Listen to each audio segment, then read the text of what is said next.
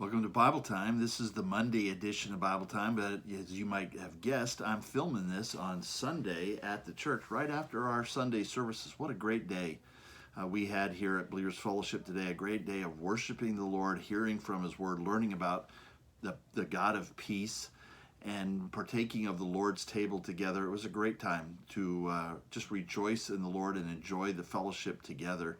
And now we're continuing that throughout the week through one means through Bible time. And today we come to 1 Chronicles, chapters 27 and 28. And as you know, as we've talked about, Chronicles was the last book in the Hebrew Bible. It was written, maybe not the last one written, maybe Malachi was written later, but it was written to the people who had returned to Jerusalem from exile in Babylon, and they are rebuilding the temple there in Jerusalem. And so this is encouragement to them, the sections that we're looking at about the first building of the temple under Solomon. And as you look at chapter 27, again, it's just like a list of names. It's the commanders of the army. It's the chiefs of the different tribes. It's the officers in charge of the king's property. It's David's counselors. What's that all about? Well, the point there is, hey, the whole nation is coming together. All the leadership is coming together to build this temple. They're committed to building this temple. And then in chapter 28, David gives the charge to Israel to build the temple. And the point is that being made there, and if you look at what he says, it's not a matter of being loyal to David. It's not a matter of civic pride. Hey, let's look what we can do. No, this is to be done out of obedience and devotion to God. That's the whole point. And that's the point that David's making there.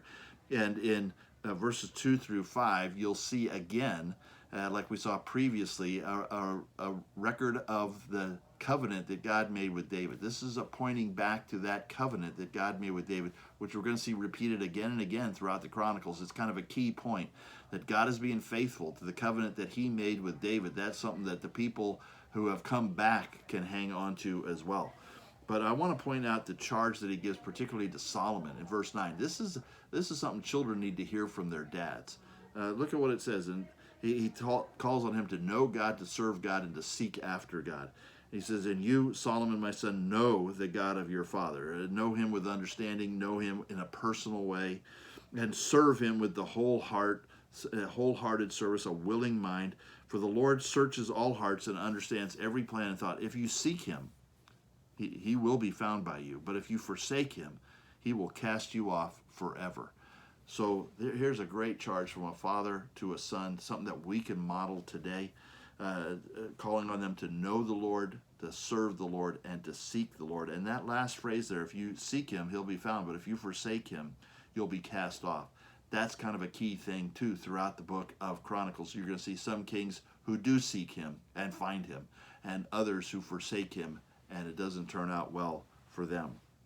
Now, David recognizes that for Solomon to live this out, it's going to require some courage. And he points that out to him in verse 20. It says that David said to Solomon, his son, be strong and courageous and do it. Do not be afraid. Do not be dismayed. For the Lord God, even my God, is with you. He will not leave you or forsake you until all the work for the service of the house of the Lord is finished. And so David is encouraging him, hey, know the Lord, serve the Lord, seek the Lord, and be courageous. But don't worry, He is there with you all the way to the end. And that's what the promise that we have too, that Jesus is with us all the way to the end. We can fulfill what He has given us to do, be faithful to Him, and He will do it, and He will be with us all the way to the end.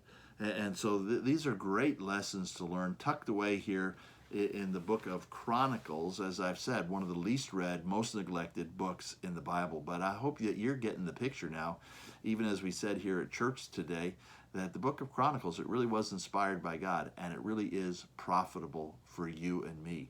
And I'm thankful that we're getting this time together to look at the book of Chronicles together and to be reminded of God's promises, God's faithfulness, and how that encourages not only the people who read it at the beginning, it's meant to encourage you and me as well. So be encouraged this week. The Lord is with you, and we'll see you tomorrow for more Bible time.